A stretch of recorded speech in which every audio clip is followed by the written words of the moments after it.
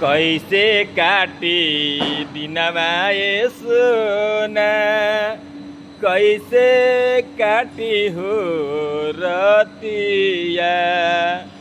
अरे कैसे काटी दिनवा ये सोना, कैसे काटी हो रतिया।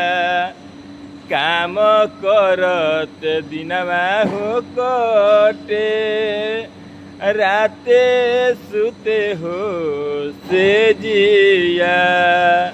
कैसे काटी दिनवा ये सोना, कैसे काटी हो रतिया।